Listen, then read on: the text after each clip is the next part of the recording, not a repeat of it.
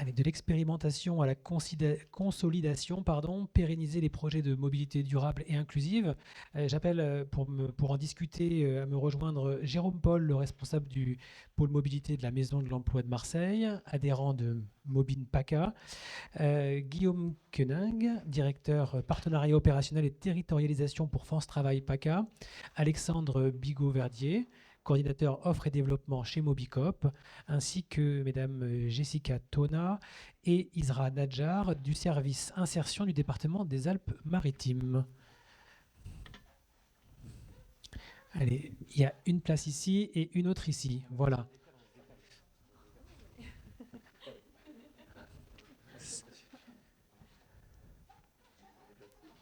Voilà, installez-vous. Alors, je vais me tourner d'abord vers vous, Alexandre Bigot-Verdier. Vous êtes coordinateur offre et développement chez Mobicop. Vous avez pu écouter avec attention la table ronde durant laquelle des expérimentations ont été présentées. Est-ce que déjà vous pouvez nous donner quelques mots, nous dire quelques précisions sur Mobicop et comment vous avez pu, vous, passer de la phase d'expérimentation à la pérennisation ou comment vous êtes en train peut-être d'essayer de le passer. On voit on a commencé à évoquer cette complexité, ce moment charnière et, et comment vous abordez donc cette étape clé. Très bien, bonjour à toutes et à tous. Est-ce que des gens connaissent Mobicop dans la salle pour savoir à quel point je remonte dans le temps? Une personne connaît Mobicop, deux, trois. Bon, je remonte un peu dans le temps alors. On remonte un petit peu, pas trop, mais un peu. Pas trop. Mobicop, c'est un acteur de la mobilité partagée qui existe depuis une quinzaine d'années. Il y a plusieurs façons de le raconter. Moi, j'aime bien dire que l'acte fondateur de Mobicop, c'est au moment où un de nos concurrents le plus connu, qui est Blablacar, au moment où covoiturage.fr est devenu Blablacar. Il y a des commissions qui ont commencé à être prélevées sur le covoiturage. À ce moment-là, des usagers ont créé un site qui s'appelait covoituragelibre.fr pour que le covoiturage reste un bien commun. Donc on est les héritiers de covoituragelibre.fr. Au fur et à mesure, on a fait des fusions, notamment avec CoopGo et d'autres, pour construire un modèle économique autour d'une grande plateforme capable de concurrencer des acteurs capitalistiques importants de type Blablacar, qui a levé 500 millions d'euros en 10 ans. Nous, on a levé moins d'1 million d'euros. Mais en tout cas, le modèle économique fonctionne. Mobicop est rentable pour proposer une plateforme de mobilité partagée à tout le monde et gratuite pour l'utilisateur. Donc ça, c'est ce que fait Mobicop. La façon dont on le fait, coopérative d'intérêt collectif, ce qui veut dire que nos propriétaires, nos actionnaires, ce sont les collectivités territoriales avec lesquelles on travaille, ce sont nos usagers, ce sont nos salariés. Donc on met l'outil technique au service de la collaboration des personnes qui l'utilisent et pas l'inverse. On ne met pas la collaboration des personnes, le covoiturage, au service d'un modèle économique qui va rembourser les investisseurs. Voilà. Ça, c'est pour Blablacar, là? C'est pour le modèle de développement des plateformes numériques en général, dont des concurrents dans la mobilité. En tout cas, on essaye de proposer un modèle différent, notamment sur l'entrepreneuriat numérique. Ça, c'est ce que fait Mobicop en général. Sur la partie expérimentation. Alors, moi, j'aimerais bien qu'on ait un débat sur ce mot d'expérimentation parce que je pense qu'il n'y a pas grand monde dans la salle en fait qui fait l'expérimentation. Les gens qui étaient à la table ronde juste avant nous, il y avait Wimou qui existe depuis 25 ans, il y a Mobine dans lequel il y a des acteurs qui existent depuis 15-20 ans dans leur sujet. Je pense que ce qu'on fait tous là, c'est pas de l'expérimentation. Au mieux, on est en train d'essaimer des modèles qui marchent. Nous, Mobicop, dans la région, on a 3 ou 4 projets. Il y a la Roya, il y a Jean-Sébastien qui intervient dans le 06. On déploie du covoiturage et de l'autostop organisé, de la mobilité solidaire dans le 05. Sous couvert d'appel à projets qui nous demandent de faire des expérimentations, on met le mot expérimentation partout. Mais en fait, on fait déjà de la pérennisation, on fait déjà de l'essaimage. Donc moi, je suis pas sûr en fait qu'on fasse de l'expérimentation vraiment. Même dans la Roya quand même, parce que je pense que c'est quand même une situation très spécifique qui s'est produite. Même si vous pouviez avoir des outils utilisés ailleurs, je ne sais pas si vous aviez déjà un cas similaire avant. C'est des compétences qu'on réutilise, mais pour moi, c'est de l'essaimage. Et on va puiser dans 15 ans d'expérience et dans 15 ans d'action des gens qui ont des expertises pour s'adapter à un contexte local qui est spécifique. Mais pour moi, c'est de l'essaimage. Alors après, c'est une situation de financement qui permet de faire de l'essaimage qui n'aurait pas pu être fait différemment, ça c'est vrai. Maintenant, dire qu'on part de zéro et qu'on reconstruit à chaque fois, ça, je pense que c'est pas vrai. Et je pense que ça pose une autre question qui est que ce que tout le monde fait là, ça relève de l'intérêt général en fait. Et comment est-ce qu'on finance le déploiement de solutions qui sont nécessaires sur les territoires qui en ont besoin, sur un sujet critique de mobilité? Est-ce que c'est vraiment avec des appels à projets d'expérimentation où on recommence à chaque fois. Moi, j'aimerais bien que les gens dans la salle disent Vous interrogez le modèle là. un petit peu, bah ouais, Beaucoup. combien de temps humain rémunéré on a passé à répondre à des appels à projets de type Teams et tout projet confondu, y compris ceux qui ont perdu tout cet argent-là rémunéré pour les gens, combien est-ce que ça a coûté aux structures? Bah, ce serait intéressant de le compter pour voir concrètement est-ce qu'on finance la bonne chose. Donc En tout cas, on peut le regretter. Je pourrais peut-être même le partager avec vous ça, après dans la discussion, mais là il se trouve que c'est comme vous répondez à ces appels à projets. Et là ma question c'est vraiment comment on passe de l'expérimentation à la même si on a bien compris votre point de vue plus philosophique, mais là aujourd'hui comment vous essayez concrètement de pérenniser le modèle parce que à un moment il y a des emplois aussi en jeu, il y a Donc, des bilans, il y a comment on fait. Donc, pour répondre quand même à la question, l'opportunité que ça représente pour nous, c'est d'aller sur des territoires sur lesquels on n'était pas forcément ancré à la base, ça c'est vrai, de rencontrer des personnes, de justifier que l'expertise qu'on peut apporter elle est pertinente et de convaincre que par la suite, il peut y avoir un intérêt à travailler ensemble et d'aller chercher ensemble les moyens de la subsistance du projet. Donc pour moi, l'opportunité que ça représente, c'est surtout le contact que ça apporte et c'est la capacité effectivement humaine de faire la preuve que le service est pertinent, avec les très bons accompagnements qu'il peut y avoir par ailleurs sur l'objectivation des résultats, parce que de plus en plus, on a besoin d'objectiver effectivement que tout ce qu'on fait, ça a un impact. Faire la preuve, objectiver, démontrer, et là on commence à creuser un sillon vers la pérennisation. C'est ça ce que vous nous dites. Exactement. Je me tourne ensuite vers vous du côté de la MDEM, Jérôme Paul. Vous êtes responsable du pôle mobilité de la Maison de l'Emploi de Marseille, adhérente de Mobile PACA. Comment les structures du réseau Mobile abordent-elles cette étape clé du passage à la pérennisation? Pas simple, forcément. Non, pas simple du tout, parce qu'en fait, on est quand même, pour les majorités des structures qui sont en difficulté aujourd'hui, parce que on sait que beaucoup de structures, alors peut-être pas Mobicop, mais beaucoup de structures sont sous modèle associatif. Et dans le modèle associatif, le modèle économique, souvent, c'est de faire appel au financement public. Aujourd'hui, les financements publics sont en baisse. Donc aujourd'hui, on essaye de se tourner vers d'autres acteurs, comme des acteurs économiques, faire appel à des fondations, par exemple, mais ça ne peut pas fonctionner pour justement financer la totalité des actions. Donc l'idée, c'est de pouvoir mettre en place, et c'est ce qu'on fait avec Mobine, une commission, un collège, on va dire, de tous les acteurs de la mobilité inclusive, et qu'en face, on puisse avoir un collège aussi de tous les financeurs, qui soient les financeurs publics, France Travail, le CD13, les métropoles par exemple, pour qu'on puisse justement être dans la rationalisation des financements publics. C'est-à-dire que pas tout le monde paye dans son coin et qu'il y ait un financement global qui puisse arriver au niveau du réseau et que ça puisse redescendre sur les adhérents par exemple. Alors, du côté de la Maison de l'Emploi, donc tout comme France Travail et les collectivités telles que le département qui est à votre gauche, Jérôme Paul, eh bien, vous construisez des actions pour faciliter les déplacements des publics en insertion vers les entreprises. Vous proposez des dispositifs innovants qui accompagnent la mobilité durable. Est-ce que dans le département justement des Alpes-Maritimes, quelles actions concrètes vous menez, vous en ce sens? Et de Jessica Tona, donc, c'est bien, je ne me trompe pas, et Isra. Voilà. Allez-y. Voilà, peut-être pour vous présenter d'abord. Donc effectivement, nous sur l'année 2024, on a pu développer des solutions innovantes. Donc on a saisi dans le cadre du pacte des solidarités, en fait, donc qui vise. Il faut le monter un peu. Je suis pas très habituée au micro. C'est bon, on vous entend bien. Voilà, le pacte des solidarités, donc qu'on a travaillé avec Madame Eskenazi, vise à proposer des solutions pour les travailleurs pauvres, notamment dans les zones rurales. Et donc sur le 06, on a une forte concentration effectivement de notre population qui est sur le littoral, mais nous avons un bon nombre aussi d'habitants sur nos zones rurales qui sont moins bien desservies et donc qui sont exposés à des difficultés à la problématique de la mobilité. Sur un de nos territoires, notamment la communauté de communes Alpes-Azur, nous avions 2 problématiques et donc nous avons émis un diagnostic territorial, celui de la mobilité et donc de la difficulté des personnes en recherche d'emploi de pouvoir retrouver un emploi et celui de la mise en œuvre des plans APA. Parce que les aides à domicile n'avaient pas de moyens de locomotion et donc ne pouvaient pas aller sur des territoires qui étaient moins bien desservis ou qui avaient vraiment des véhicules très vétustes et donc qui ne pouvaient pas faire des kilomètres trop importants et donc réaliser ces plans APA.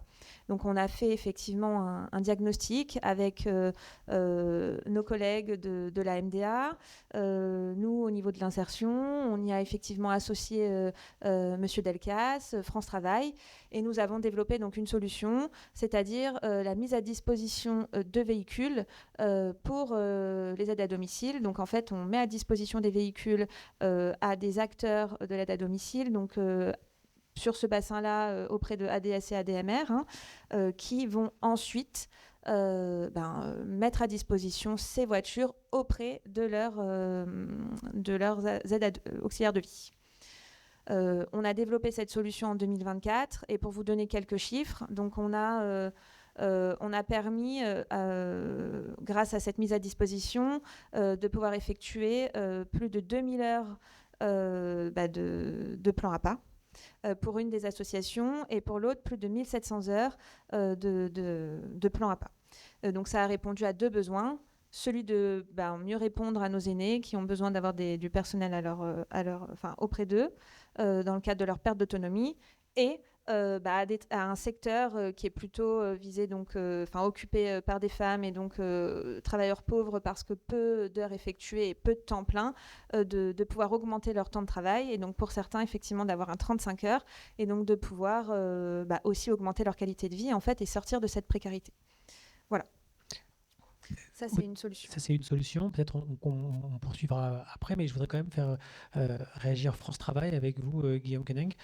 Vous êtes en train de recenser les offres de mobilité disponibles sur le territoire, sur les territoires. Quel est votre objectif à travers ce recensement et comment cette cartographie peut-elle participer à accompagner une mobilité qui se veut plus durable ?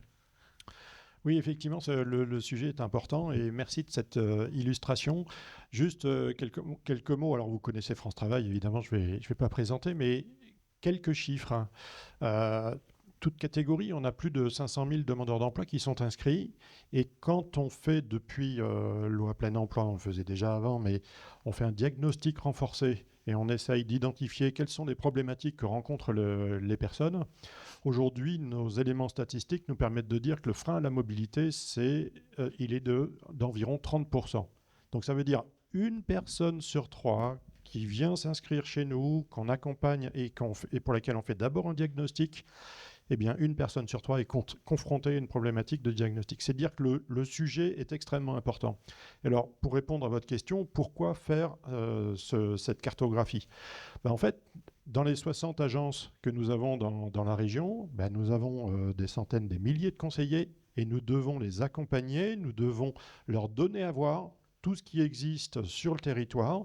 Et j'ai envie de dire, il n'y a pas que le permis de conduire et l'auto qui permet de se rendre mobile. On a eu sur la table ronde précédente des formidables exemples qui mettaient en valeur justement le vélo à Marseille et même dans la Vésubie. Du coup, il faut effectivement qu'on soit au clair sur l'ensemble des offres de services qui existent, qu'on le partage avec nos conseillers de telle manière à ce qu'ils puissent s'en emparer et qu'ils puissent mobiliser ça au bénéfice des publics qui rencontrent des difficultés. Donc c'est vraiment d'abord la première intention que de réaliser une cartographie. Qu'est-ce qui existe sur le territoire ? Est-ce que ça correspond aux besoins que nous avons ? Et là, on rejoint la notion de je fais un diagnostic et je me rends compte qu'il y a un besoin particulier qu'il faut que j'accompagne. Et du coup, la suite, c'est effectivement, on veut aussi se servir de ce diagnostic pour construire l'avenir et réfléchir à des solutions futures.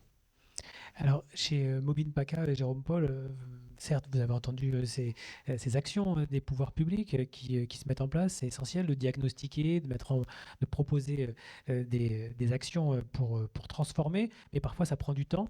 Et pour les acteurs du secteur et du réseau, il y a comme conséquence, des fois, c'est réduction d'activité, fermeture de certaines structures.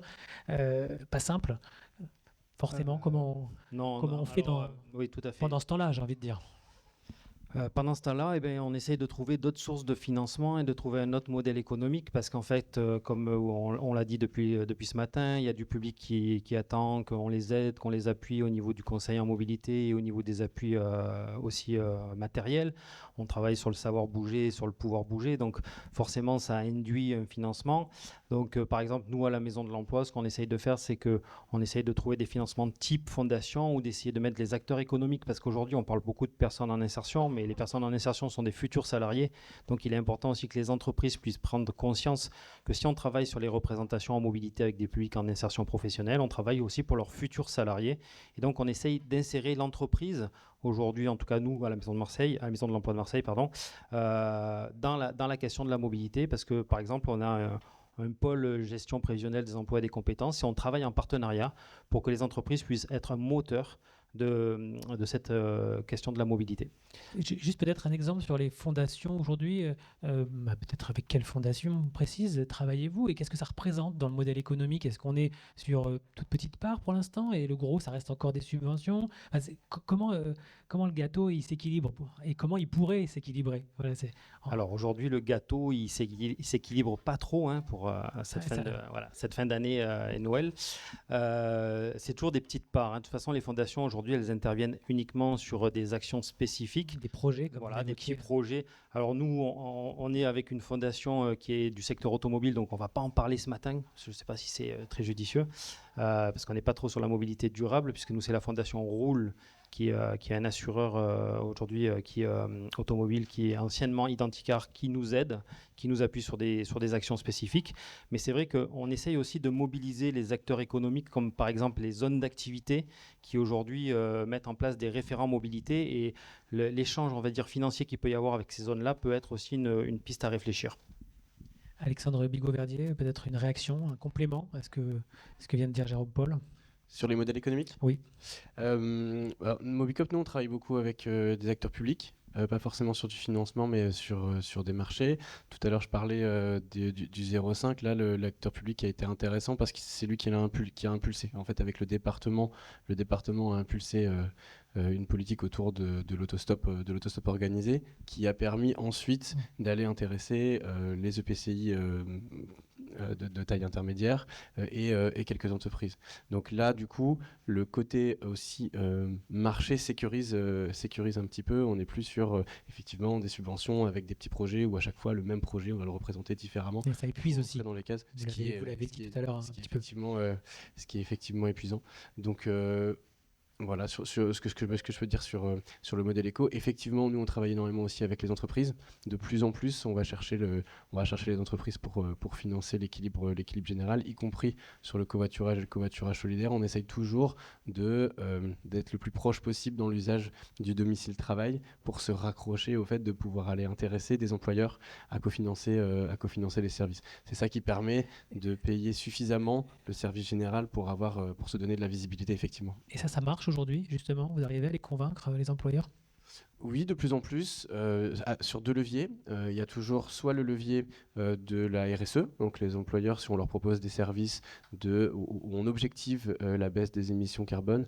Dans le tertiaire, le plus gros levier de baisse de l'empreinte carbone, c'est le déplacement des salariés. Donc ça peut être pour eux déterminant de pouvoir afficher ça. Et par ailleurs, l'augmentation du niveau de vie des salariés, soit parce qu'ils n'arrivent pas à recruter parce que les personnes n'ont pas les moyens d'arriver jusqu'au lieu de travail, soit parce que la capacité à déclencher le forfait mobilité durable, 700 à 800 euros par an en fonction des cas, c'est déterminant dans leur politique RH. Donc quand même, oui, je pense que ça accélère. En tout cas pour nous, c'est un axe de développement de travailler avec les employeurs. Et donc vers la pérennisation, pour vous, c'est l'axe peut-être principal? C'est quoi le levier le plus fort pour aller vers la pérennisation, puisque c'est quand même notre sujet? C'est un des axes. Si je devais choisir un levier, notamment dans la mobilité solidaire, ce serait le fait surtout de faire ensemble, avec l'ensemble des acteurs. Là, on a énormément d'acteurs qui sont représentés, un peu éparpillés. Quand on va voir un acteur qui pourrait être un financeur ou un truc qui m'est client, la première remarque qu'il fait, c'est « Ok, mais bon, dans la mobilité solidaire, franchement, il y a trop d'acteurs, j'y comprends rien. » Donc, comment est-ce qu'on est capable de proposer des solutions coordonnées à l'échelle d'un territoire. Et d'arriver ensemble pour faire une proposition commune. C'est ça. Et peut-être, pourquoi pas, arriver à tenir une promesse à l'échelle d'un territoire qui pourrait être commune. Et après, on arrange notre cuisine ensemble. Là, on essaye, on fait des Comme un bouquet, quelque part. Ouais, c'est ça. Donc là, on fait des petites expérimentations très locales avec Croix-Rouge, Mobine et Famille Rurale pour essayer de voir dans quel contexte les solutions peuvent aller ensemble, peuvent se compléter les unes les autres. On peut trouver des façons que nos différents modèles économiques ne se voient pas pour le financeur ou pour le bénéficiaire final. Voilà, ça c'est des horizons qui pourraient permettre à des financeurs ou à des clients, entre guillemets, de voir plus confiance en se disant je ne mets pas On voit 1000 l'importance de la euros sur une confiance. expérimentation. Forcément. Exactement. Et je reviens sur ce mot d'expérimentation parce que finalement, le mot expérimentation, il est beaucoup utilisé pour certains appels à projets, mais dès qu'on va voir un financeur un peu plus solide en lui disant on a une expérimentation à tel endroit, il faut non, moi je ne finance pas des expérimentations. Ça fait 15 ans qu'on finance des expérimentations, moi je vais financer des trucs qui marchent. Donc effectivement, ce mot-là, il est c'est ça, il est intéressant. la pérennisation, elle passe par un changement de vocabulaire aussi. C'est ça ce que vous êtes en train de nous dire. Je pense, ouais, et d'assumer le fait qu'on a dépassé l'expérimentation en fait. Et surtout, on est des pros aussi. On est des pros aussi. Et on parle beaucoup de diagnostic, mais je pense qu'il faut assumer que le besoin, il est là, il est diagnostiqué, et qu'à un moment donné, il faut arriver avec assumer le besoin et de dire qu'on répond à un besoin qui devrait déjà être couvert en fait. Donc si je vous écoute avec attention, là maintenant l'enjeu il est vraiment de structurer, coordonner, travailler ensemble le plus vite possible pour proposer cette offre collective la plus claire et efficace possible. Oui. Parfait. Du côté du CD 06 du département des Alpes-Maritimes, puis de France Travail, comment adapter peut-être vos décisions encore au plus près de cette réalité des acteurs ? Voilà, le travail forcément de diagnostic qui prend du temps, il y a cette difficulté, il y a ce modèle économique qui est en train d'être co-construit par les acteurs. Comment vous pouvez adapter aussi votre soutien? Comment vous le faites peut-être déjà, probablement? Alors, je vais simplement, pour finir les propos que j'ai exposés tout à l'heure, donc on a effectivement saisi ces développements via le Pacte des Solidarités, donc, qui nous ont permis d'avoir un budget pour investir notamment sur les véhicules qui seront mis à disposition. Néanmoins, ce n'est pas un budget qui est renouvelable, et nous, au niveau du département, on a souhaité pérenniser ces solutions, et donc on dédie un budget de fonctionnement pour que cette solution puisse perdurer. Et ça nous permet donc de développer, donc de cette expérimentation finalement. Parlez bien dans le micro. De cette expérimentation, finalement, on va aller sur de la pérennisation, de la continuité. Donc ça, c'est un point clé, c'est pérenniser vos actions pour les rendre les plus lisibles possibles aux interlocuteurs. Tout à fait. Et ça nous permet aussi, du coup, de voir que cette solution a pu fonctionner sur le format que je vous ai exposé, et donc d'avoir sur 2026 un nouveau projet, notamment sur la vallée de la Roya, sur le même, on va dire dans la même idée. Néanmoins, ça ne touchera plus forcément uniquement les aides à domicile, puisque la CNSA a lancé un appel à projet qui correspond à ce qu'on a pu développer sur la CCA. Et donc là, on ira sur un projet qui va toucher tous les demandeurs d'emploi et qui démarrera en 2026. Je laisse la parole à ma collègue Madame Najar, qui pourra développer les solutions qu'on avait expérimentées dès 2021 et qui finalement vivent toujours sur le territoire du 06. Isra Najar, donc vous êtes travaillez dans le même service que Jessica Tona sur l'insertion. On vous écoute pour compléter. Tout à fait. Alors, simplement, pour la question qui relève de la réalité économique, le 06, je pense, et comme beaucoup de départements en France, est confronté tout particulièrement à les difficultés au logement, où la présence de logements secondaires commence à prendre beaucoup plus de place que les logements principaux. Et donc là, la mobilité peut répondre à certains égards à cette problématique-là. Néanmoins, on s'en rend bien compte et on le sait, et pour autant, il n'y a pas d'évolution de ce côté-là. Les bassins d'emploi, eux, sont principalement situés sur le littoral ou alors dans les zones industrielles qui sont très difficiles d'accès. Donc nos dispositifs qui sont essentiellement à disposition des bénéficiaires du RSA visent à remettre cette connexion entre les bassins de logement, où vivent les gens à moindre coût quand c'est des bénéficiaires du RSA, et connectés au bassin d'emploi. Donc on a ce qu'on a expérimenté en 2021 qui est pérennisé aujourd'hui, puisque on a démarré avec le SPIE en 2021. Le SPIE a servi aussi à mettre en place des emplois, dont le mien, du coup pour la mise en place de ce projet, qui est pérennisé puisque je suis toujours là. Bonne nouvelle pour vous. Bonne nouvelle pour moi. Et en fait, il a plutôt servi finalement à renforcer l'existant. Je rejoins du coup ce que monsieur disait, l'expérimentation c'est bien, mais en fait ce qui existe déjà, ça a du poids, et si ça continue à exister, c'est que ça a une valeur ajoutée. Mais il faut l'adapter. La formation au permis, c'est du grand traditionnel, ça existe partout, les auto-écoles marchandes le font. On sait que ce qui bloque l'accès, c'est le coût. Ce qui du coup fait qu'on le prend en charge, certes, mais on a changé les modalités de formation. On l'a rendu intensif, et surtout on a mis en place un diagnostic pour chaque personne qui souhaitait le passer. Déjà le souhait, pourquoi on veut passer le permis, et quels sont les freins périphériques à la mobilité. Est-ce que c'est réellement la mobilité, ou est-ce qu'il y a d'autres freins qui, se cumulant, font que la mobilité n'est pas forcément la réponse tout de suite à une reprise d'activité. Donc un accompagnement personnalisé. Un accompagnement personnalisé qui, lui, est toujours mené par les référents. On n'a pas mis en place de référent mobilité, on n'a pas mis en place de chargé de mission mobilité, puisque les référents, ce sont ceux qui les accompagnent au quotidien, et ce sont ceux qui connaissent tous les freins. Ils connaissent leur histoire, ils connaissent leurs difficultés, et la mobilité, ils peuvent à un moment donné faire ce diagnostic. Donc on a changé ce qui existait déjà. La mise à disposition de véhicules, on a mis en place un parc de véhicules pour les personnes qui du coup ont obtenu ce permis, pour être sûr de prendre un emploi pour lequel le permis est nécessaire. Permis B nécessaire, on peut lui dire, voilà, on a une voiture à te prêter pendant 2-3 mois. Ça veut dire que sur les autres freins qui ne sont pas uniquement un véhicule, vous allez les orienter vers d'autres dispositifs que vous pouvez avoir avec vos services pour justement essayer de les lever forcément. Alors il y a cette fameuse cartographie qui a été faite et refaite, et à mon avis 1000 fois refaite, mais qui a le mérite. Donc, elle est bien faite. Elle est bien faite. Elle a le mérite d'exister, et puis surtout elle met à jour les nouveaux acteurs.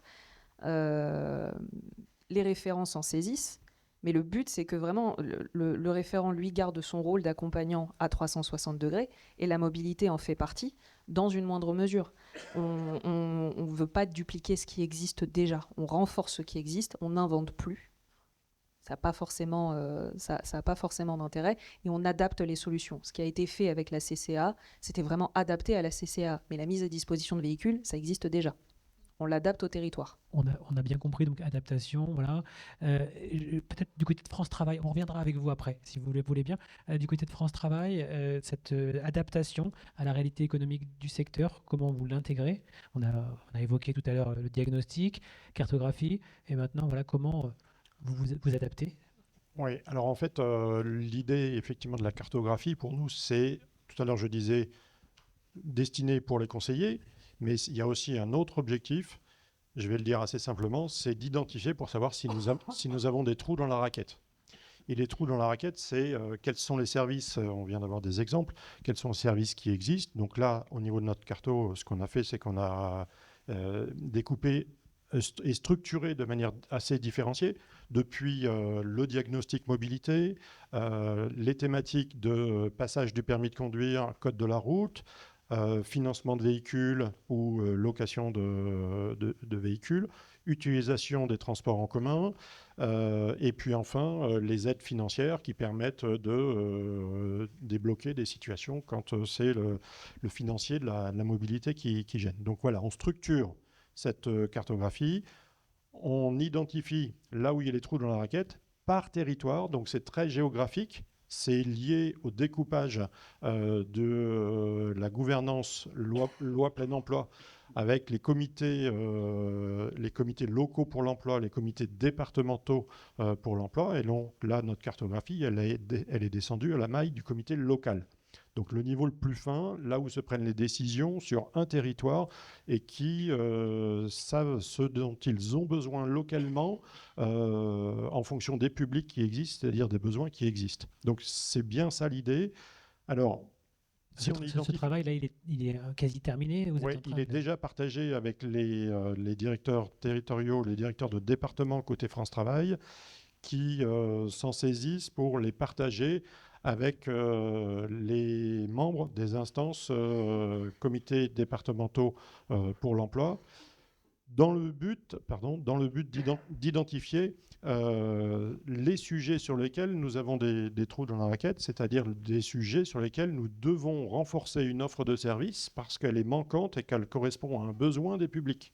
Et donc ça doit être traité dans ces instances-là parce que Et ça veut dire que vous incluez dans ce diagnostic, évidemment, les offres d'acteurs, mobilité inclusive, solidaire, Absolument. voilà, qui viennent s'ajouter, compléter les trous dans la raquette que vous évoquez. Oui, oui, la Carto pour la mobilité, c'est plus d'une centaine de services qui sont recensés sur l'ensemble du territoire régional. Et du coup, c'est beaucoup aussi. Oui. Comment on offre le bon service à la Eh bien, bon besoin. Voilà, C'est pour ça qu'on veut que ça soit traité, enrichi et compris, digéré au niveau local, parce que ce n'est pas le niveau régional qui doit qui doit prendre des décisions pour les départements, quels qu'ils soient. Il faut que ça vienne du terrain. Justement, dans le 06, par exemple, comment vous travaillez avec votre gouvernance locale des financeurs concrètement et comment ce travail facilite aussi pour les acteurs, c'est notre sujet, le passage à la pérennisation. Ouais. C'est-à-dire que vous leur donnez de la visibilité aussi en leur disant, voilà, nous, on va appuyer votre offre parce qu'il y a des besoins et Alors, vous allez pouvoir venir compléter. J'ai pas échangé récemment avec la directrice du département 06, Ghislaine Elena, sur ce sujet pour savoir comment est-ce qu'elle l'avait embarqué. J'ai échangé avec d'autres. Par exemple, sur les Bouches-du-Rhône, je sais que le directeur du département Bouches-du-Rhône a déjà présenté cette cartographie et a déjà évoqué le fait qu'il voulait que ce sujet soit à l'ordre du jour de la conférence des financeurs pour que des décisions puissent être prises. Donc là, c'est bien ça l'idée, c'est la cartographie permet de voir s'il y a des trous dans la raquette, alors même qu'il y a des besoins pour les publics du territoire, pour mobiliser les différents partenaires qui interviennent dans une conférence des financeurs au titre de la gouvernance LPE pour que des décisions puissent être prises. Pour être sûr que j'ai bien compris, concrètement, dans la vallée de la Roya, ça veut dire que je suis demandeur d'emploi, je viens vous voir et vous m'orientez par exemple vers Mobicop ou vers un service très précis là, pour m'aider à aller au boulot en m'offrant une aide, je ne sais pas, juste pour bien comprendre. Pour bien comprendre, peut-être que la première chose, c'est de vous envoyer d'abord vers WeMove pour faire un diagnostic mobilité. Okay. Quel est votre périmètre d'intervention géographique? Est-ce que vous avez envisagé toutes les solutions pour élargir votre périmètre géographique pour aller à l'emploi? C'est ça. Est-ce que vous vous bloquez sur une solution ou est-ce que vous avez ouvert, entre guillemets, un peu vos chakras pour identifier d'autres pistes de mobilité? Donc voilà, donc première étape, le diagnostic personnel, et ensuite la recherche de l'autonomisation de la personne avec la présentation des différents outils qui existent. Et je pense que ça doit représenter à peu près aussi ce qui est fait ici avec les équipes mobilité, d'encourager les personnes à se saisir de tout ce qui existe localement.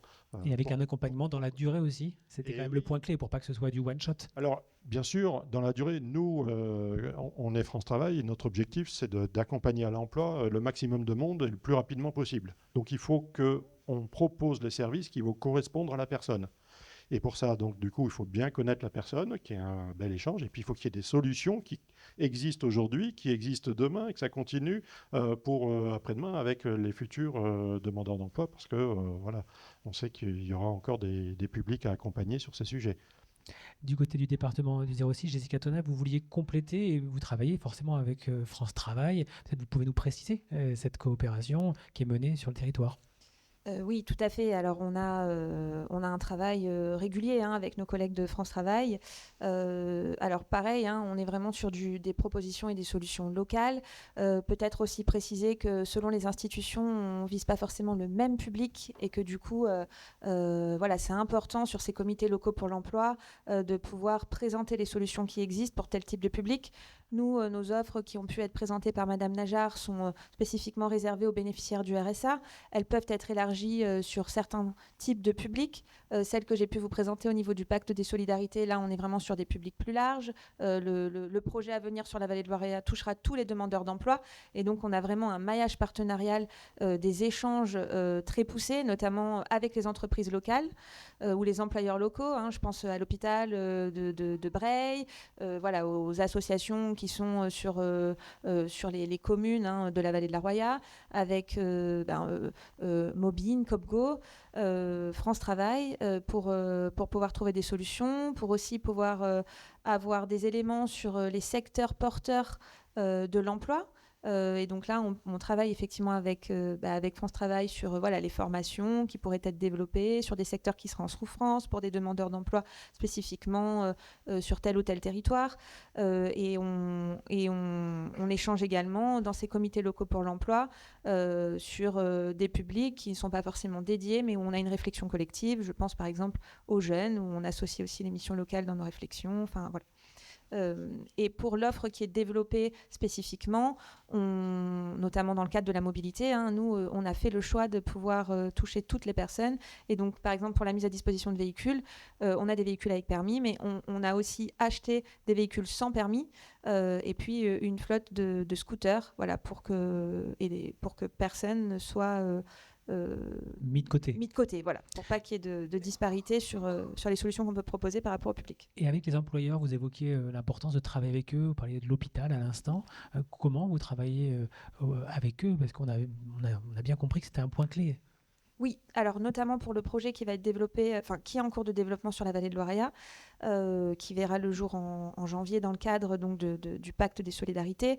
On y a associé, comme je le disais, tous les employeurs des communes pour pouvoir avoir connaissance en fait de leurs besoins. Est-ce qu'il y a un besoin RH? Est-ce qu'on a des temps partiels parce que les personnes sont bloquées par les transports en commun et ne peuvent pas venir? Alors je pense par exemple aux aides-soignants prendre leur poste à 7 heures parce que par rapport à la localisation de leur habitation, il n'y a pas de bus qui passe à 7 heures, pour qu'elles puissent être au poste à 7 heures, et donc elles sont obligées d'avoir un temps partiel ou d'avoir des plannings uniquement d'après-midi, alors qu'elles pourraient finalement, elles seraient disponibles pour prendre un emploi à temps plein, mais le frein majeur de ne pas pouvoir prendre ce poste, c'est de ne pas pouvoir se déplacer pour venir au travail. Voilà, l'idée c'était vraiment de pouvoir faire un état des lieux des difficultés et de permettre finalement de répondre aux besoins de l'employeur, qui est quand même un besoin primaire. Là, je pense à l'hôpital.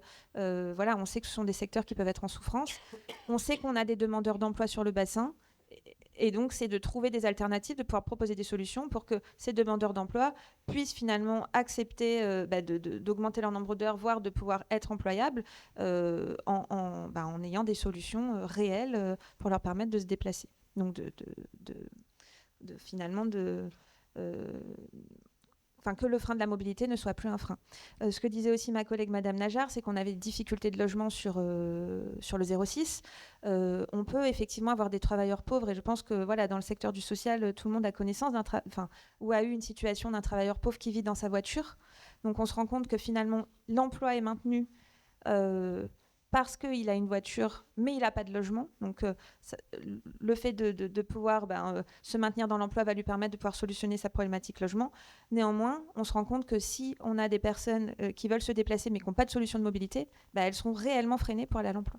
Donc, pour nous, c'est une des priorités sur le 06. Et on a bien compris que la démarche a été globale. Là, on a beaucoup parlé du 06. Est-ce que ici, dans les Bouches-du-Rhône, vous partagez ce qui vient d'être dit, Jérôme-Paul? Est-ce que forcément, ça résonne aussi avec les mêmes problématiques? Alors c'est vrai que nous, ça fait une quinzaine d'années qu'on travaille aussi sur le territoire de Marseille et de la métropole ex-Marseille sur ces questions de mobilité et de déplacement. Comme ça a été dit sur le 06, nous aussi, il y a des secteurs aujourd'hui qui sont plus prégnants en termes de mobilité, où la mobilité est plus complexe parce qu'horaire décalé, parce que sortir en dehors de la ville de Marseille.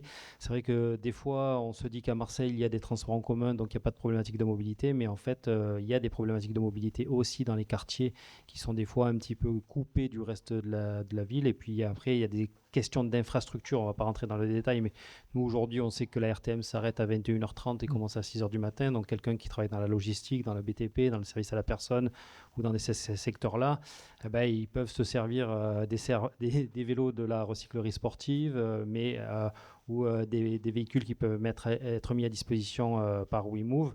Mais effectivement, on est toujours dans ces questions-là où il va falloir adapter la mobilité au secteur d'activité.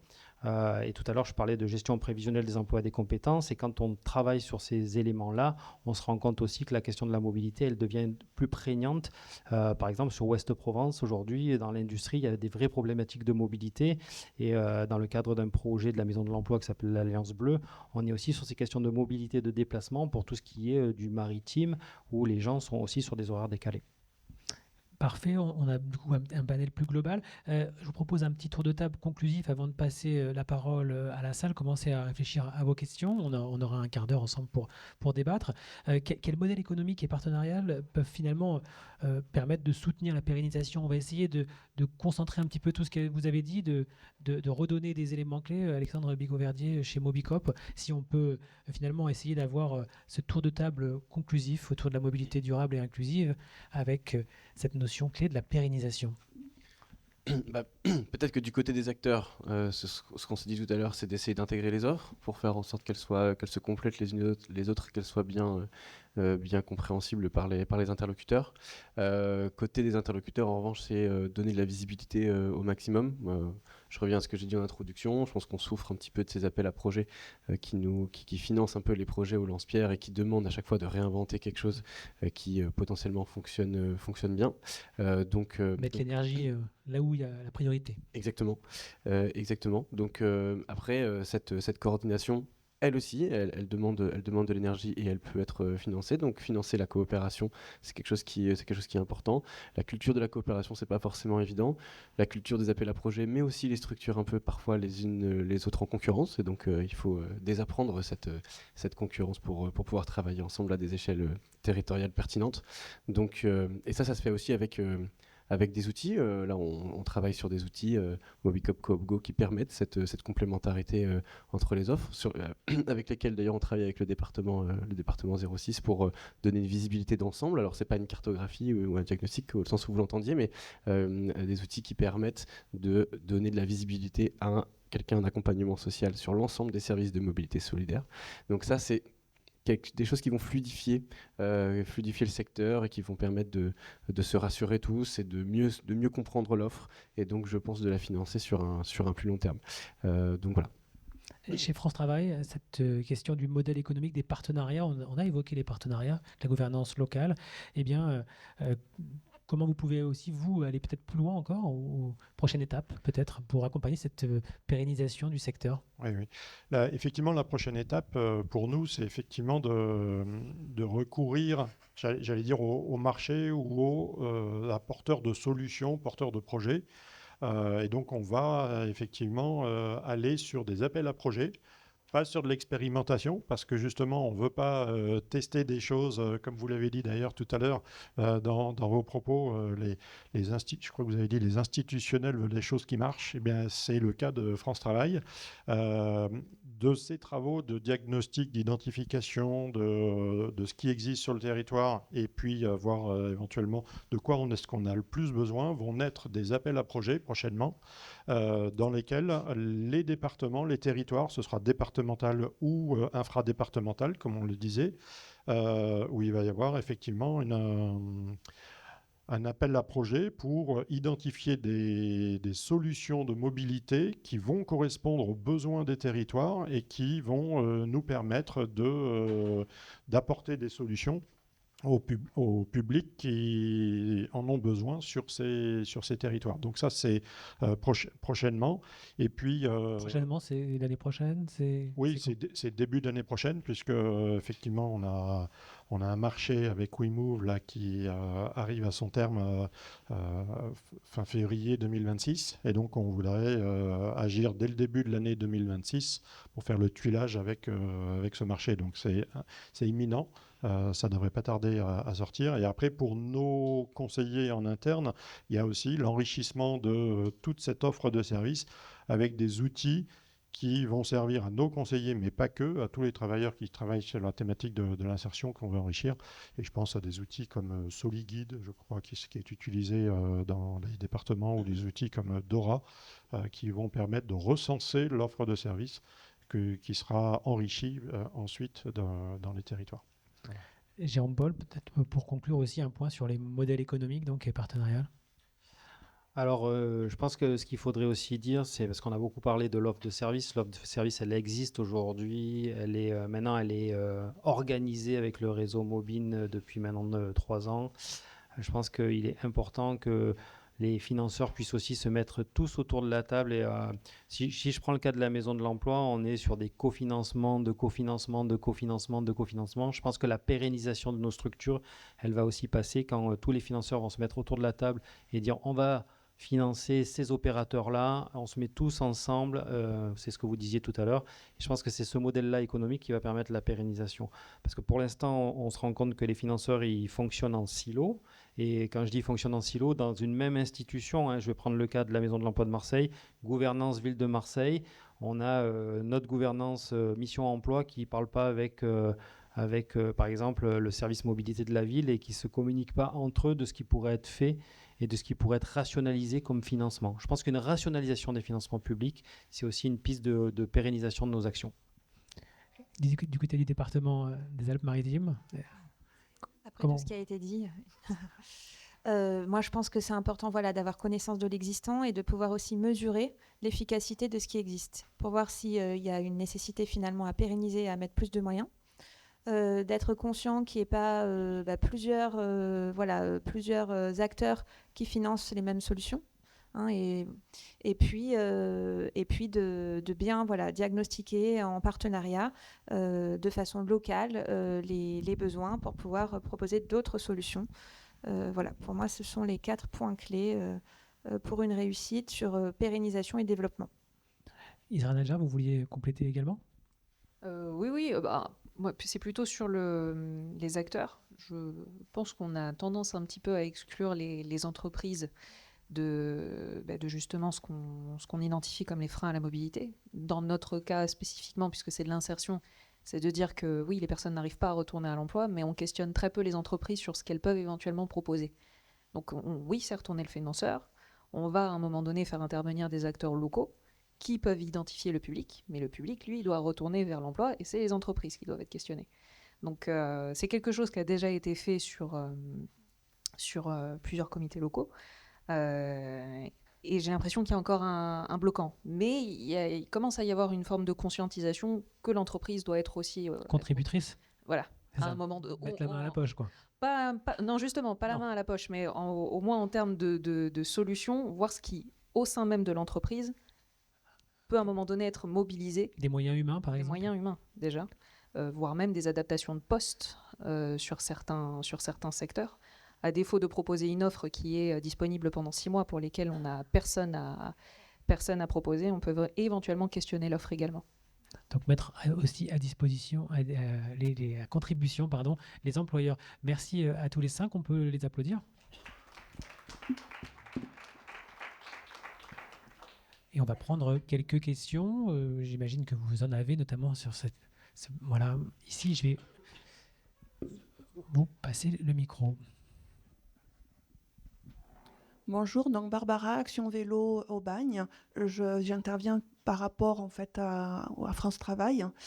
Déjà pour une réflexion, tant qu'on donnera le nom de demandeur d'emploi au public qui est en recherche d'emploi, il aura du mal à trouver du travail parce que dans les représentations, on est dans la demande, on n'est pas dans l'actif.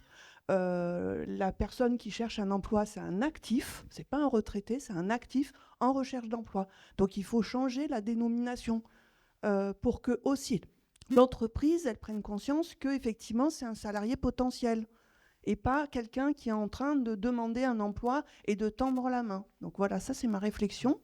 Donc moi, quand je faisais de l'accompagnement emploi, je disais aux personnes, vous êtes un actif en recherche et vous proposez vos services et contre vos services, vous avez une rémunération. C'est du donnant-donnant. Donc mise au clair au niveau de la sémantique. Tout et à fait. Votre question, s'il vous plaît. Voilà, donc nous, on est Action Vélo, on est un acteur de la mobilité vélo et de la mécanique participative, au sein d'un grand réseau qui est la Fédération des usagers de la bicyclette sur le territoire national et au niveau local d'un acteur local qui est Ramdam, qui rassemble en fait l'ensemble des associations d'usagers du vélo. Est-ce qu'on n'a jamais été en fait contacté par France Travail pour être recensé comme acteur potentiel de la mécanique vélo? Donc votre question, c'est pourquoi ? Et peut-être... Comment, effectivement, France Travail a pris contact avec les acteurs locaux? Merci pour votre question. Alors, je crois que c'est pour vous, Guillaume Guénec. Je pense pas, non. Alors, sur la sémantique, j'ai aucune difficulté, hein. C'est une habitude de langage historiquement, et depuis de nombreuses années, on parle de demandeurs d'emploi. Vous voulez qu'on parle de chercheurs d'emploi? Soit parlons de chercheurs d'emploi. Je n'ai aucune difficulté. Les propos des conseillers aujourd'hui sont tournés vers les publics qui recherchent un emploi autour de la notion de compétence. C'est la compétence qui est clé pour pouvoir trouver un emploi. Donc nos conseillers travaillent tous les jours pour faire passer dans les messages que les demandeurs d'emploi ou les chercheurs d'emploi, vous voyez, ont des compétences à apporter aux entreprises. Et les entreprises, c'est ça qu'elles cherchent en priorité, des compétences. Voilà. Alors, Ceci étant dit. Ceci étant dit, avons-nous contacté individuellement, personnellement, l'ensemble des porteurs de solutions de mobilité qui interviennent sur la région Provence-Alpes-Côte d'Azur? Non, parce qu'il y a différents outils. On peut se servir des guides de mobilité pour recenser tout ce qui est déjà existant et enrichir notre propre cartographie. Donc il y a un guide qui existe chez Mobile, si je ne dis pas de bêtises. Yolande Eskenazi qui finance aussi, elle a produit un guide. Puis après, il y a un truc très simple qu'on utilise couramment qui s'appelle Internet, et on pioche dedans aussi pour trouver tout ce qui existe localement. Et ensuite, on n'a pas la prétention d'avoir recensé 100% des solutions qui existent. Notre souhait, c'est de transférer plutôt de la méthode à nos départements, et c'est ce que nous avons fait récemment, pour qu'eux puissent, avec leurs partenaires au niveau local, continuer d'enrichir cette cartographie et affiner la notion de trou dans la raquette que j'évoquais tout à l'heure. C'est-à-dire, j'enrichis tout ce qui existe sur le territoire, je regarde tout ce dont j'ai besoin, et quand j'ai des manques, c'est là qu'interviennent les pistes pour les futurs achats, les futurs appels à projets. Donc voilà, la cartographie qu'on a produite, qu'on a déjà partagée avec les départements au sein de France Travail, elle n'a pas pour objet de dire c'est la référence, c'est le dictionnaire, le petit Robert, et c'est lui qu'il faut utiliser. Non, c'est plutôt de la méthodo qu'on a voulu partager, et les départements, avec leurs partenaires, vont enrichir tout ça, parce qu'on pense que c'est faire travailler les gens ensemble, je crois que ça a été dit tout à l'heure, qui nous permettra d'arriver à des solutions efficaces pour les publics. Et une question connexe, du coup, comment cette structure peut-elle vous contacter en local? Comment peut-elle partager? Elle passe par le réseau Mobine? Le micro, Jérôme Paul. En fait, j'ai envie de rajouter que l'ADN du réseau Mobine, c'est justement qu'on soit tous fédérés et qu'on puisse répondre globalement à France Travail, qui est une grosse structure. Je pense que si on était tous des petites structures dans notre coin, on ne pourrait pas échanger avec France Travail, on ne pourrait pas échanger avec la lutte contre la stratégie de lutte contre la pauvreté, on ne pourrait pas échanger avec les départements. Je crois que la force aujourd'hui du réseau, c'est aussi de se regrouper. Et comme vous le disiez aussi tout à l'heure, on n'est plus dans une logique de concurrence aujourd'hui. Aujourd'hui, on est dans une logique de partenariat, on est dans une logique de travailler ensemble, parce qu'on sait que les financements publics sont en train de baisser et qu'il faut aussi qu'il y ait une rationalisation de ces financements. Et donc, je pense que venir nous voir, nous, chez Mobine, et là, je parle avec la casquette secrétaire de l'association Mobine, c'est aussi vous donner la possibilité d'accéder à tout ce monde fantastique des appels à projets. Et de pouvoir avoir une réponse de France Travail, parce que vous avez peut-être contacté aussi, ça vous ne l'avez pas dit. Voilà, une autre question. Merci. Oui. Bonjour, Stéphane Perel, donc de la DRET SEPACA du Service Europe. Donc la DRET, c'est quoi? C'est la Direction régionale de l'emploi, l'économie du travail et de la solidarité, donc représentant de l'État. J'ai deux observations en fait qui a trait au modèle économique et aux sources de financement. Effectivement, je vous rejoins quand vous dites, quand l'ensemble des acteurs de la mobilité aujourd'hui ont intérêt à diversifier leurs sources de financement, en allant notamment chercher des financements auprès des fondations, avec un petit bémol, c'est que souvent les fondations, c'est du one-shot, c'est une fois, et aussi à effectivement aller se rapprocher du monde économique.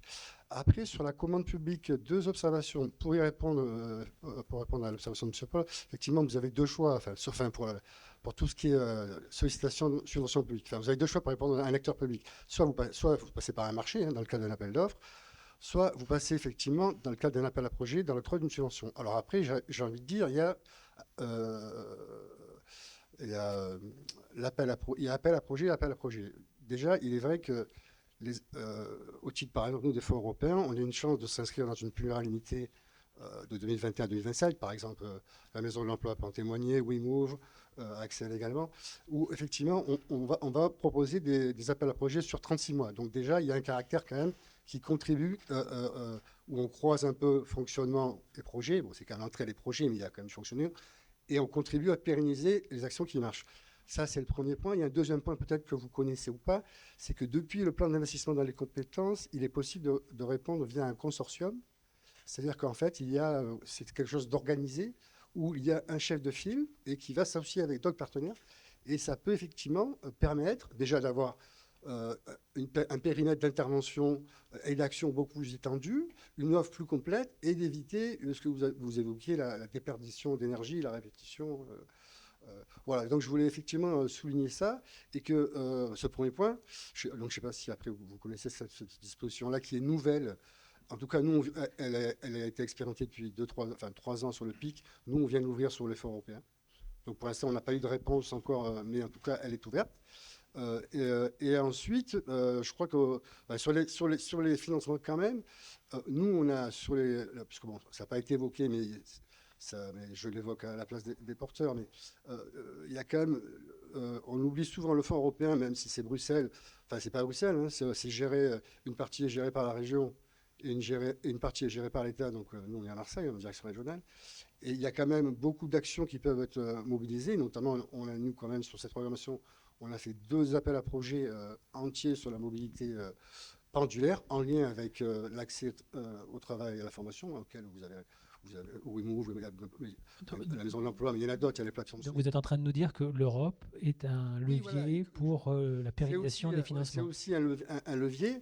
Ça ne répondra pas à la question de comment on réunit tout. Enfin, on peut se réunir. Peut-être votre question, s'il vous plaît, peut-être. Du coup, quelle est votre question?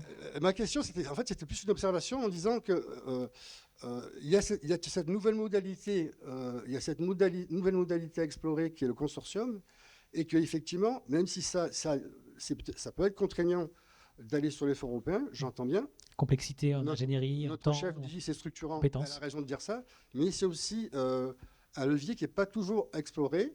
Et le dernier point, c'est parce que pour ça je fais un dernier point, c'est qu'on a la chance, on est rentré classiquement par la mobilité pendulaire, mais aussi on a la chance dans le département des Bouches-du-Rhône, parce que là on a marre des Bouches-du-Rhône, je suis désolé, régional, mais d'avoir un fonds spécifique qui s'appelle le fonds de transition juste, sur lequel on a quand même 63 millions d'euros de 2021 à 2027, qui nous permet, puisque le but c'est quoi? C'est de réduire les émissions de CO2, hein, c'est basique, par ce biais-là, et Axel peut en témoigner, par le biais de l'économie circulaire, même s'il n'y a pas marqué vélo comme action prioritaire, on a pu intégrer des opérations de la mobilité. Alors, c'est vrai que la recyclerie sportive a la chance d'être chantier d'insertion, donc on est rentré par ce canal-là, mais il y a aussi parfois des canaux faut trouver la bonne entrée pour sortir des silos qui étaient dénoncés. Donc on a compris l'entrée européenne, on va vous passer le micro.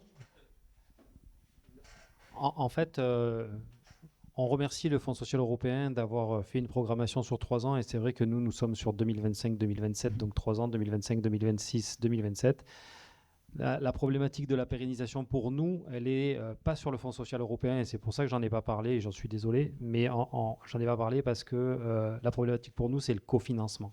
C'est-à-dire qu'aujourd'hui, le Fonds social européen abonde à 50% un maximum du financement global du fonctionnement, par exemple, de mon pôle mobilité. Et je dois trouver les 50% restants. Et c'est sur 50% restants-là où nous, Maison de l'Emploi, on se trouve en difficulté. Et on peut se trouver encore plus en difficulté parce qu'on sait que le Fonds social européen, si on ne va pas les trouver, eh bien, ils vont nous les enlever aussi de leur côté, puisque il faut à chaque fois qu'on mette 1 euro pour 1 euro donné par le Fonds social. Donc par contre, la réalité, c'est que vrai qu'il y a eu une vraie progression, parce que nous, avant, on était sur du Fonds social européen annuel, et là, on est sur du pluriannuel. Et ça, vraiment, il faut le souligner comme étant une vraie progression. La difficulté pour nous, elle reste toujours sur le cofinancement. Mobicop aussi, même constat. Ouais, j'abonde sur les fonds européens. Effectivement, c'est un vrai levier. J'ai eu la chance de travailler pour les services de l'État. Effectivement, on ne mobilise pas assez les fonds européens, c'est vrai. En revanche, alors le cofinancement, c'est une chose. L'administratif, pour pouvoir justifier que les fonds européens ont été bien utilisés, c'est franchement un calvaire également. Alors, double problématique. il faut quand même un certain niveau d'ingénierie pour pouvoir répondre à des fonds européens. Donc on va s'adresser à des structures qui sont plus grosses, plus établies, et qui du coup ont un chiffre d'affaires important, qui vont mobiliser beaucoup de fonds européens. Et en tout cas, nous, Mobicop, on est confrontés à ça. C'est la règle des minimis. On est une coopérative d'intérêt collectif, donc on intervient sur des marchés. Très vite, les fonds européens sont considérés comme étant des aides d'État et on est plafonné à, je sais plus, 250 000 euros sur 3 ans glissants. C'est pas grand-chose quand on a un chiffre d'affaires d'1,5 million par an et qu'on veut faire des actions structurantes avec ça. Donc, finalement, on retombe dans des expérimentations entre guillemets parce qu'il ne faut pas que ce soit des projets trop structurants qu'on finance avec ça parce que sinon on est bloqué ou c'est à nous de prendre le risque de prendre l'argent en cochant non, c'est pas dans les minimis et le jour où il y a un contrôle, on doit rendre des sommes structurantes comme il a été mentionné si on ne trouvait pas les cofinancements. Donc super d'accord sur le fait que les fonds européens doivent être plus mobilisés, mais il faut nous aider à faire signer des SIEG, donc services économiques d'intérêt général, et ça aujourd'hui ça n'existe quasiment plus, qui nous permettent de dire que les fonds ne tombent pas dans la règle des minimis et qu'on peut en avoir autant qu'on veut, entre guillemets. Et alléger au max la partie administrative, les contrôles, même si bien entendu qu'il faut faire attention à ce que ça ne soit pas utilisé n'importe comment. Attendez, on vous entend pas là. Comme c'est filmé, si vous parlez hors micro, personne vous entend. Non mais, non, allez-y.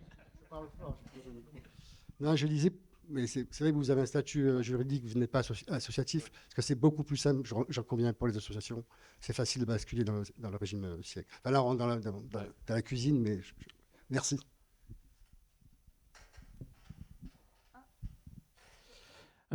Moi, Jérôme a été très politiquement correct, donc je vais dresser peut-être un portrait un peu plus négatif, mais globalement, nous on voit chez nos adhérents en tant que réseau mobile, depuis 2 ans, on a eu disparition de Rouler Mobilité dans le Vaucluse, on a eu la disparition de la plateforme mobilité du Vaucluse, on a un nombre important de structures qui réduisent leurs effectifs à bas bruit ou qui réduisent leur activité, d'autres qui maintiennent sur fonds propres des activités déficitaires parce que c'est des beaucoup plus grosses structures qui, pendant peut-être 6 mois, 1 an, ont la capacité de le faire, mais vont fermer leur activité mobilité s'il n'y a pas de solution à un moment donné, parce qu'elles ont des activités d'intérêt général, c'est des structures qui sont portées par ça, mais si elles n'ont pas les financements, elles n'y arriveront pas.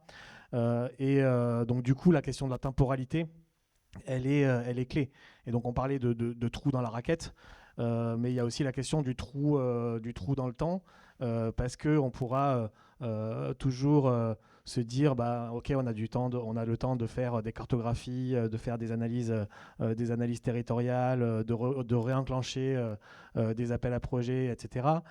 Si on le fait dans 1 an avec les 3/4 de nos structures qui n'existent plus ou qui ont perdu les effectifs qui étaient formés pour faire les actions sur les territoires, en fait, du coup, on va se retrouver au moment où on sera prêt à réenclencher une dynamique positive avec tout à réinventer et tout ce qui existe déjà à réinventer.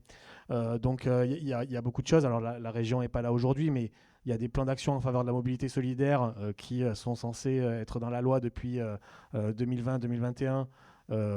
Où sont-ils et voilà. Alors après, il y a des choses qui fonctionnent. Typiquement, le couple département 06 et Pacte des solidarités, du coup, ça permet d'enclencher des choses. Tous les départements n'ont pas cette dynamique. Il y a des départements qui refusent l'argent de l'État alors qu'il y aurait juste à mettre en place des actions et signer des pactes locaux. Donc voilà, cette question de la temporalité, elle est clé. Et c'est peut-être une question, je ne sais pas s'il y a une réponse très précise aujourd'hui, mais comment on l'aborde à la fois du côté des structures, mais surtout du côté institutionnel, et comment est-ce qu'on enclenche dans le temps des choses pour sauver des structures qui sinon dans 6 mois n'existeront peut-être plus. Comment on enclenche des choses pour sauver les structures qui n'existeront peut-être plus dans 6 mois, peut-être côté France Travail, côté département, les institutionnels d'abord?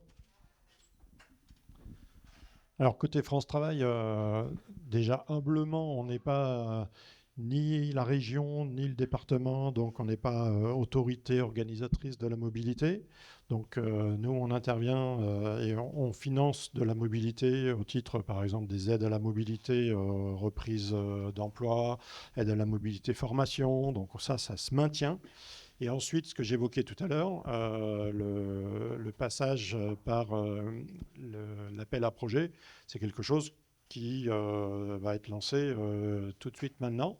Parce que justement, on sait très bien que dans le cadre de la suite de notre marché actuel sur la mobilité, on veut continuer d'avoir des solutions qui existent pour les demandeurs d'emploi et éviter d'avoir des trous temporels sur le sujet. Donc c'est vraiment une des priorités, et c'est d'ailleurs pas pour rien qu'on a travaillé et qu'on embarque maintenant les différents départements et qu'on veut les outiller pour qu'ils soient à même de lancer leurs propres appels à projets et que derrière, les opérateurs de mobilité puissent y répondre. Dans les Alpes-Maritimes, vous vouliez peut-être compléter le propos ? Rapidement, oui. Nous, effectivement, on souhaite maintenir les moyens si cela répond à des besoins, notamment pour nos publics. Et donc, comme je le disais, je me répète, mais la mobilité, c'est un frein très important sur le 06. Aujourd'hui, on maintient les moyens parce que ça permet à nos bénéficiaires, à nos demandeurs d'emploi, et donc principalement au niveau des compétences du département aux bénéficiaires du RSA, de reprendre un emploi, et de façon plus élargie dans le pacte des solidarités, aux Maralpins, de pouvoir reprendre un emploi et donc de sortir d'une situation précaire. Voilà. J'ai quand même une question, mais je vais dire quel que soit le type de mobilité, ou est-ce que demain, il peut y avoir peut-être une enveloppe, j'en sais rien, spécifique pour des mobilités solidaires, durables, différentes et locales, qui emploient des gens sur le territoire. Est-ce que ça, c'est aussi quelque chose qui est en gestation ou pas? Pas du tout, pas encore. Après, aujourd'hui, il y a aussi la réalité économique. Voilà. Donc, Bon, ce serait un autre débat, mais bon, pas persuadé que la réalité économique soit finalement un frein. Alors, pour nous, on peut avoir des départements qui soient très différents les uns des autres.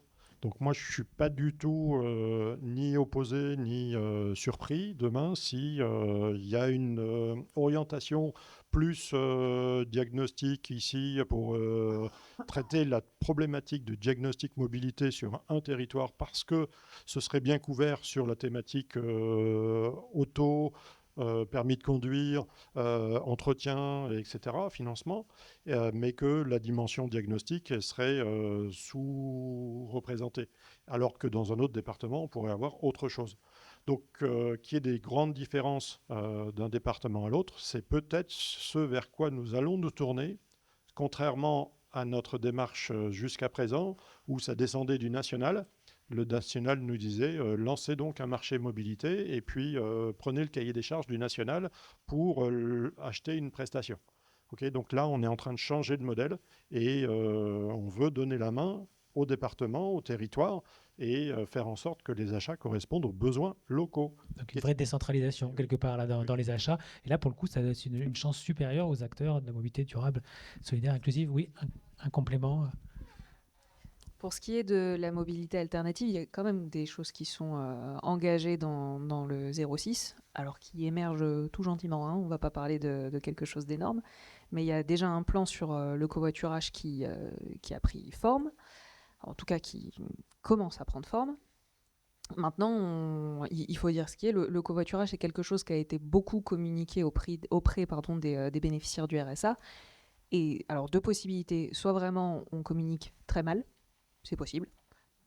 Et on n'arrive pas à acculturer les bénéficiaires du RSA autour de cette possibilité qui existe, puisqu'il y a des moyens dans le 06 autour du covoiturage.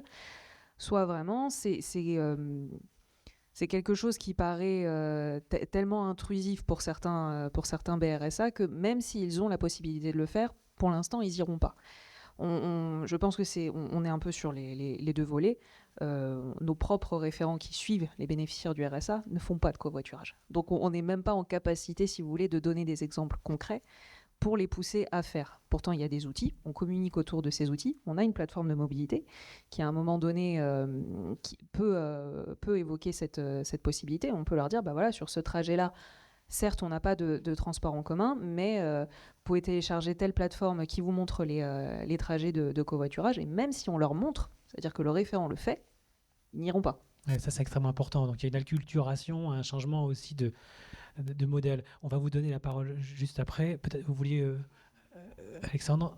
Très vite, mais le covoiturage, c'est vraiment notre sujet d'expertise depuis 15 ans.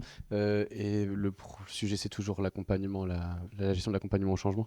Et sur ce sujet-là, il y a quelque chose sur lequel jouer, c'est attention, est-ce qu'on propose le covoiturage comme une solution qui est dédiée à des personnes au RSA un peu en mode dégradé? Mais donc tout le sujet, c'est comment on arrive, mais c'est une réflexion beaucoup plus large, hein, à montrer que le covoiturage, c'est pour tout le monde et qu'on ne leur propose pas à eux parce qu'ils ont moins de moyens, parce que c'est un peu la honte de faire du covoiturage. Donc c'est la limite, quoi. Attendez, on va vous passer le micro si vous vouliez compléter.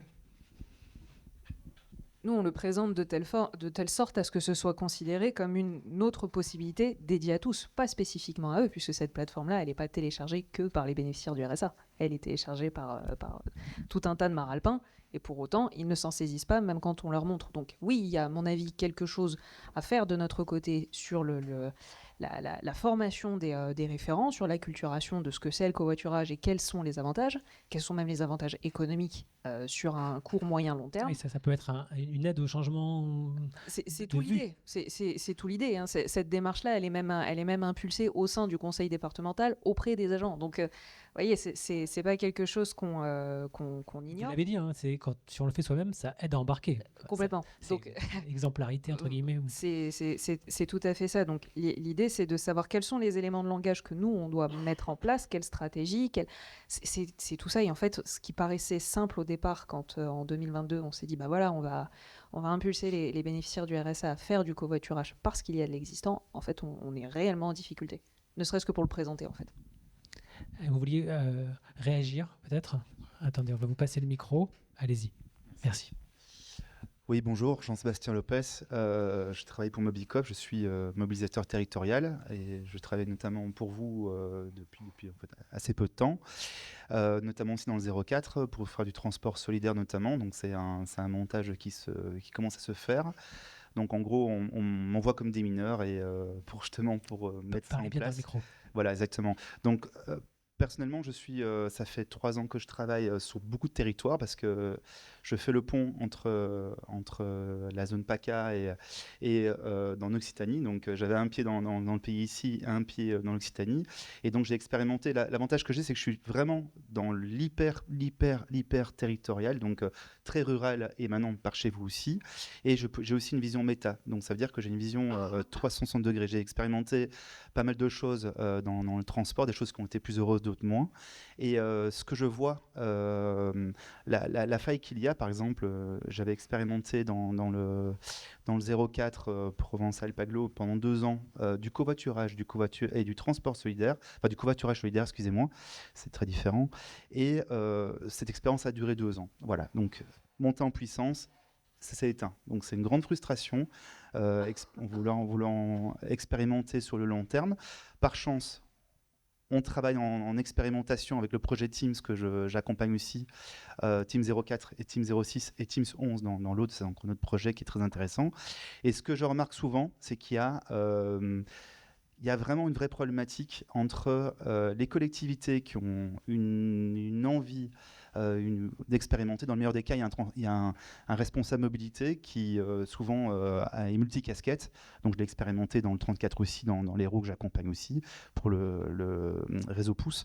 Et il y a, je dirais, il y a un chaînon manquant et qui est expérimenté avec Teams notamment. Il y a un chaînon manquant entre les collectivités et le territoire.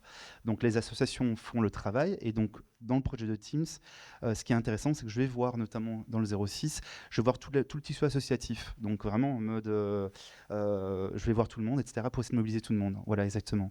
Et donc à ce moment-là, proposer des solutions. Notamment France Travail dans le 04 où j'accompagne directement les personnes pour leur proposer des solutions. Voilà. Ce qui est vrai, c'est qu'on a tendance dans le cadre notamment dans l'insertion, on pourrait, ils ont besoin d'être accompagnés très clairement, leur montrer vraiment, et notamment vos agents aussi, parce que des fois ils n'ont pas l'argumentaire. Au début, quand j'ai commencé, je venais beaucoup par le biais environnemental. J'ai directement mis ça de côté. Il y a le lien social et il y a aussi l'aspect économique. Il faut savoir qu'une personne qui gagne 1 500 € par mois ou 1 400 € par mois, ça peut être un quart de son budget qui part. Donc là, je parle de quelqu'un qui a une voiture. Ok ? Donc la précarité mobilité, on n'intègre pas la personne qui a une voiture. qui, elle, va devoir changer sa voiture notamment. Donc le covoiturage est un sacré levier qui peut aller jusqu'à 2 000 € par an. Donc c'est un 13e, 14e mois bien rondelé pour quelqu'un de la France rurale, etc. Et en ruralité, ce qui est la vraie problématique, c'est de pouvoir les accompagner au covoiturage aussi. C'est une vraie problématique en fait. Donc du coup, ce que je voulais dire, c'est que sur le plan, on a besoin de voir sur le plus long terme. Voilà. Et il nous faut des personnes qui fassent le relais entre les collectivités et le territoire et les associations. Et donc voilà. Et merci pour cet éclairage. Voilà. On va laisser la parole ici. Ah, attendez, prenez ce micro. Donc moi, je dirige une entreprise d'insertion qui travaille dans 2 activités, le bâtiment et puis l'automobile. Je dirige le garage solidaire de Nice et dans le bâtiment sur le 13 et sur le 06. On a donc des salariés qui ont des problématiques de mobilité et on travaille à aider aussi le retour à la mobilité pour des gens qui ne seront pas forcément nos salariés, qui sont bénéficiaires du RSA ou d'autres dispositifs sur Nice. Donc c'est plus un témoignage qu'une question. Je voulais vous informer que le garage de Nice existe depuis 5 ans et que les différents dispositifs de financement dont on a pu parler, que ce soit la ville, la métropole, le département, la région, les fonds sociaux européens, on a eu 0. Donc peut-être qu'il y a une démarche qui n'a pas forcément été faite correctement, mais en tout cas dans le financement de cette activité, qui est une activité par une association, donc loi 1901, qui est par ailleurs subventionnée effectivement par la dette dans le cadre de l'insertion, puisque dans notre équipe on a des mécanos qui sont en insertion pour l'activité économique. Voilà, c'est plus ce témoignage-là que je voulais vous porter. Comment vous avez fait finalement sans ces fonds-là, vous avez été chercher d'autres Je rebondis un peu sur le commentaire d'Arnaud tout à l'heure. C'est effectivement un porteur de projet qui est extrêmement motivé et qui va mobiliser des fonds finalement qui sont liés à l'activité historique dans l'insertion, plutôt liés à l'activité du BTP, et qui finance pour l'instant, en espérant que ce ne soit pas à fond perdu, mais une activité de développement justement de la mobilité pour alors c'est les salariés qui sont en dessous du seuil de pauvreté. Donc voilà, dans les recherches de solutions, on ne reste pas les bras croisés. Je viens de signer une convention avec le tribunal judiciaire de Nice pour récupérer les biens qui ont été saisis par l'État et faire en sorte de pouvoir les remettre en circulation et éviter de les mettre à la benne pour d'un point de vue écologique, ça fasse plus de sens. Donc ça, c'est une source potentiellement de revenus pour le garage, mais voilà, les dispositifs de mise à disposition de véhicules, de location, peut-être effectivement il y a un besoin de coopération entre les différents acteurs pour qu'on porte des projets communs. Et peut-être aussi justement de proposer aux bénéficiaires d'aller vers votre garage, de pouvoir avoir des soutiens. Et on voit bien la boucle qui commencerait à se dessiner. Du côté de WeMove, vous vouliez réagir ? J'en profite pour rebondir parce que tout à l'heure, maladroitement, j'ai évoqué la notion de guichet unique, alors qu'en fait, c'était plutôt le guichet mobilité solidaire.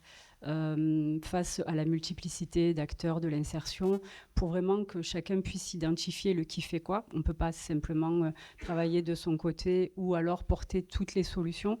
Nous sur le coaching, vous sur le garage solidaire par exemple. Et donc là, l'idée, c'est de voir également comment ça se coordonne. Vous, votre projet, il est super. Hein. Simplement, au niveau du manque de communication, cette idée de fédération et de se coordonner, nous, en tant qu'entre opérateurs de mobilité, pour qu'aucune information, finalement, ne passe à côté et qu'on puisse avoir cette réactivité face à l'employeur qui est attendu, finalement. C'est souvent ça, ces rendez-vous manqués. Merci à vous. Est-ce qu'il y a une autre question ? Ou est-ce qu'on va clôturer nos échanges et peut-être par un mot avec Arnaud, vous vouliez conclure peut-être cette journée. On peut les applaudir. Je vous passe la parole, Arnaud Delcasse. Merci. Alors les échanges ont été riches, donc je ne vais pas avoir la prétention d'en faire une synthèse. Je vais déjà excuser Madame Eskenazi, donc commissaire à la lutte contre la pauvreté, qui voulait venir, mais a eu une réunion importante aujourd'hui qu'elle n'a pas pu décaler. Donc je voulais vraiment l'excuser. Enfin, elle m'a demandé, elle aurait beaucoup aimé être là. On voit que les échanges ont été riches. On est parti de la mobilité durable pour arriver à la question de la pérennisation. On voit que sur la pérennisation, je pense que les échanges dans la salle ont été clairs. Il y a vraiment des sujets pour tous nos adhérents et plus globalement pour tous les acteurs du secteur. Des interrogations sur ce qui se passe en ce moment, sur comment les choses vont pouvoir se mettre en œuvre, sur un manque de visibilité sur les actions de planification. Alors c'était très bien, notamment que France Travail soit là pour expliquer l'après-MBI, mais on n'a pas de visibilité sur les plans d'action mobilité solidaire, sur comment est-ce qu'ils vont pouvoir se décliner et globalement sur ce que les pouvoirs publics attendent de nous aussi. On a du mal à avoir des échanges, à être impliqués dans ces constructions-là. Et on a besoin de savoir ce que les pouvoirs publics attendent de nous dans les années qui viennent. Donc c'est des choses qu'il va falloir vraiment accélérer. Et je pense que les débats de cette matinée ont bien mis ça en lumière. Teams a été un formidable outil pour créer et pour enclencher des projets depuis 2024 jusqu'à 2026. Là aussi, il y a des enjeux de pérennité pour la suite.